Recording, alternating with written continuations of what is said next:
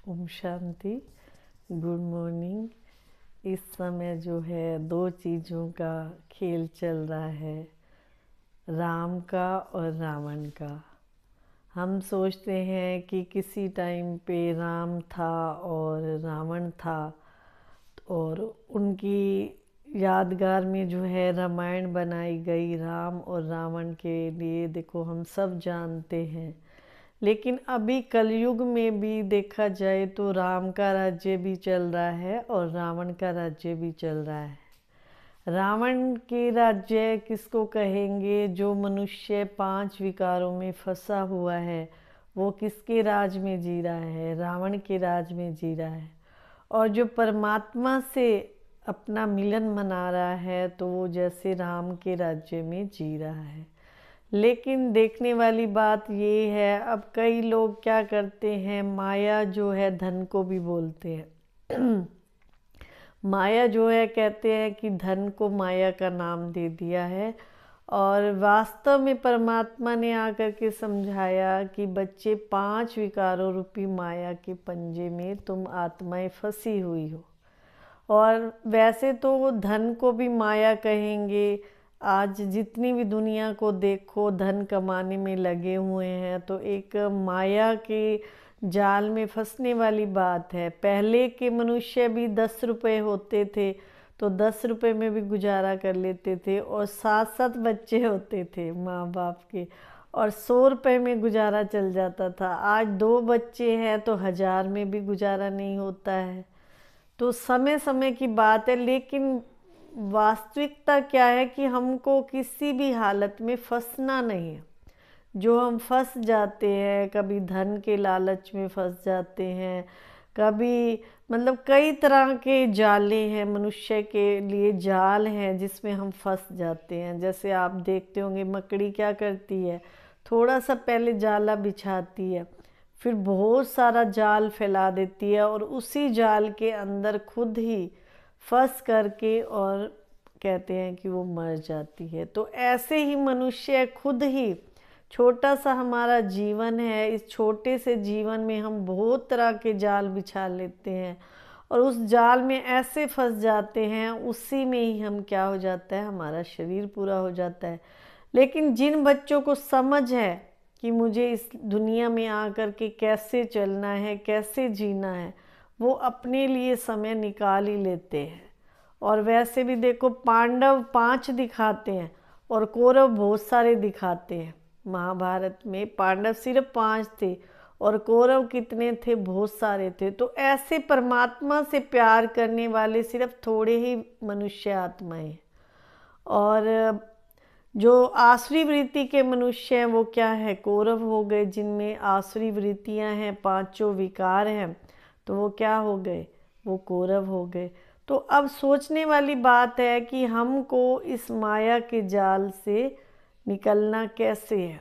अभी एक आज जो है मैं क्रोध के ऊपर आपको बताती हूँ कि क्रोध भी एक ऐसा विकार है। वैसे तो 5 विकार हैं, काम, क्रोध, लोभ, मोह, अहंकार, क्योंकि सभी विकारों में जाओ तो बहुत समय लग जाता है। तो क्रोध के बारे में ही ले लो। छोटी छोटी बातों का आजकल घर में जो है लड़ाई झगड़ा है। छोटी सी बात होएगी कि तूने ये काम क्यों नहीं किया, या तूने ये मतलब ऐसे ये चीज़ खराब क्यों कर दी, या तूने कप क्यों तोड़ दिया। छोटी छोटी बातों का झगड़ा है, और वो छोटी सी बात को हम 1 सेकंड में ख़त्म कर सकते हैं, लेकिन वो लड़ाई झगड़े में हमारा 1 घंटा चला जाता है। तो गुस्सा क्यों आता है, पहले तो हमें ये पता होना चाहिए। गुस्सा जब हम अपने पे ध्यान देते हैं, अभी देखो बाबा के ज्ञान में चलते हुए इतने साल हो जाते हैं, लेकिन फिर भी विकार नहीं छूटते हैं। तो उसका कारण यही है कि हम अपने पे ध्यान नहीं देते हैं, और वो परमात्मा जो महावाक्य हमको सुना रहे हैं उसको अपने अंदर तक नहीं उतारते हैं। जब अंदर तक उतारना आ जाता है तो हमारे विकार भी है धीरे धीरे छूटते जाते हैं। अपने पे अटेंशन देने की बात होती है भाई, अटेंशन देते हैं तो बुराइयां धीरे धीरे ख़त्म हो जाती हैं। जैसे कोई बुराई को अपनाने के लिए पहले हम क्या करते हैं, अभी यही देख लो, कोई बीड़ी पीता है तो ये तो नहीं कि शुरू से इतनी इतनी बीड़ी पीने की उसको लत लग जाती है, सिगरेट पीता है तो ऐसे नहीं कि उसको एकदम से लत लग जाती है। तो धीरे धीरे उसकी क्या हो जाती है, उस बुराई में जाने की लत धीरे धीरे ही पड़ती है। और ऐसे ही कोई भी बुराई है उसको छोड़ने के लिए हमको ऐसे ही उसको, आप सोचे मेरी एकदम से छूट जाए, वो एकदम से नहीं छूटेगी।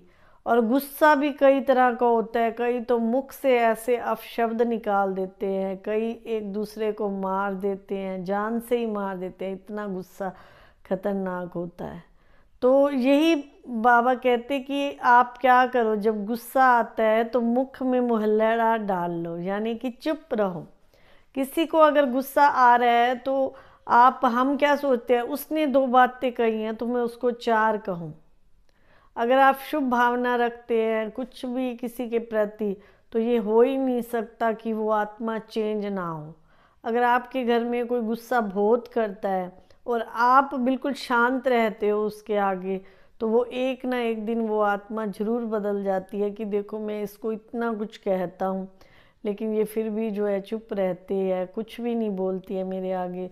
तो उससे क्या होएगा, वो आत्मा धीरे धीरे शांत होना शुरू हो जाएगी। तो गुस्से को ख़त्म करने के लिए अगर कोई हमको 2 बात कह रहा है, उस घड़ी चुप हो जाओ। कल भी मैं अपने बड़े भ्राता सूर्य भाई की क्लास सुन रही थी, तो उन्होंने कहा कि जब मैं शुरू शुरू ज्ञान में आया तो छोटे ही थे भाई साहब, तो वो छोटे थे तो किसी ने उनको बहुत कुछ कह दिया और उन्होंने भी आगे से गुस्सा कर दिया।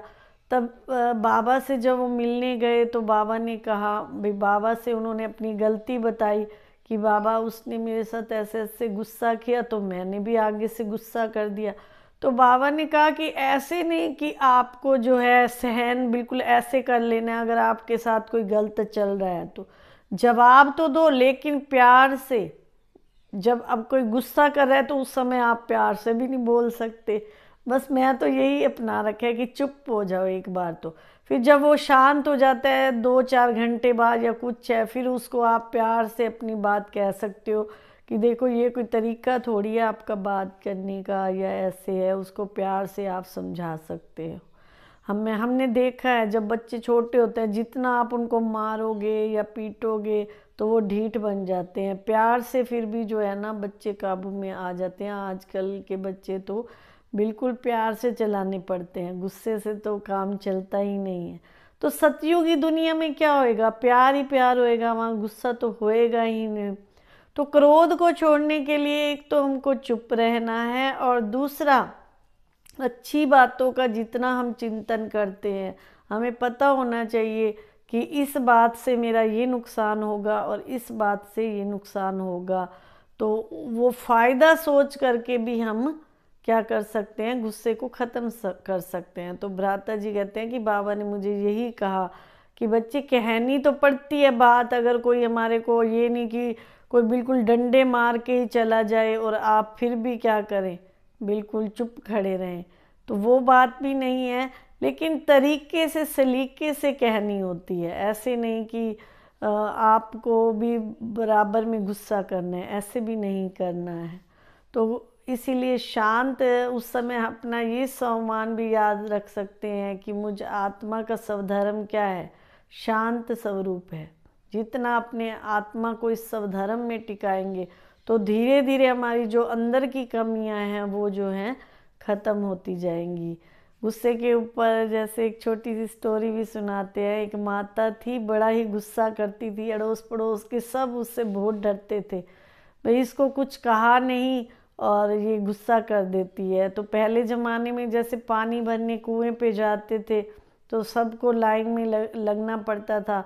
तो वो माता जो है हर एक से लड़ाई का बहाना ढूंढती थी कि जो है ना इसके साथ ऐसे लड़ना है, इसके साथ ऐसे लड़ना है। तो एक दिन सबने सोचा कि आज हम जाते ही नहीं पानी लेने, इसको अकेले ही जाने दे। वो देखने लगी कुएं पे जाके कि आज तो कोई आया ही नहीं है, मैं किसके साथ लड़ाई करूं। तो उसने क्या किया, एक पत्थर उठाया, पत्थर को कुएं में डाला और वो आवाज़ आती है जैसे ही हम कुएं में पत्थर डालते हैं तो वो बोली तू टुबक तेरी माँ टुबक तेरा, ऐसे मतलब गालियाँ निकालने लगी। तो जो लड़ाई करने वाला बंदा होता है वो तो बहाने ही ढूंढता है कि कैसे लड़ाई करे, लेकिन मेरा स्वधर्म क्या है? मुझ आत्मा का स्वधर्म तो शांत है। तो लाइफ में चलना है तो तरीके से चलना है, विकारों को जीतना भी है इस माया रूपी दुनिया में रहते हुए। तो बाबा यही कहते हैं कि उस समय आप परमात्मा के महावाक्य याद कीजिए। जब भी आपके आगे कोई माया रूपी शेर आ जाता है, जैसे आपने देखा होगा हनुमान जी के आगे माया कैसे कैसे रूप धर के आई जब वो संजीवनी बूटी लेने गए, तो उन्होंने परख लिया कि ये माया के रूप हैं जो मेरे कार्य में विघ्न डाल रहे हैं। तो ऐसे ही हमें पता है कि उस परमात्मा के पास जाना है, उसकी दुनिया में जाना है। ये सब माया के रूप हैं। घर गृहस्थ में रहते हुए भी अपना जीवन तभी कमल फूल समान बना करके हम रह सकते हैं। उसके लिए गुस्से को जीतने के लिए जितना हो सके चुप रहें, शांत रहें, और किसी की बात है तो उसको बाद में भी कह सकते हैं। तो इसीलिए बाबा भी हमेशा कहते हैं कि बच्चे अपने आप को ऐसा बना लो, अगर देवी देवताओं की दुनिया में चलना है, स्वर्ग में चलना है, तो पहले तो ये विकारों को जीतो। गुस्सा बहुत बड़ा विकार है। कहते हैं कि गुस्से से जो है ना पानी के मटके भी सूख जाते हैं। वो कैसे सूख जाते हैं? क्योंकि लड़ाई झगड़े में जो है कोई काम भी नहीं बनता है, और कले कलेश में तो कहने में आता है कि पानी के मटके तक क्रोध जो है सुखा देता है। तो ओम शांति। तो गुस्से पर जीतें, अपने आप को शांत स्वभाव का बनाएं। ओम शांति।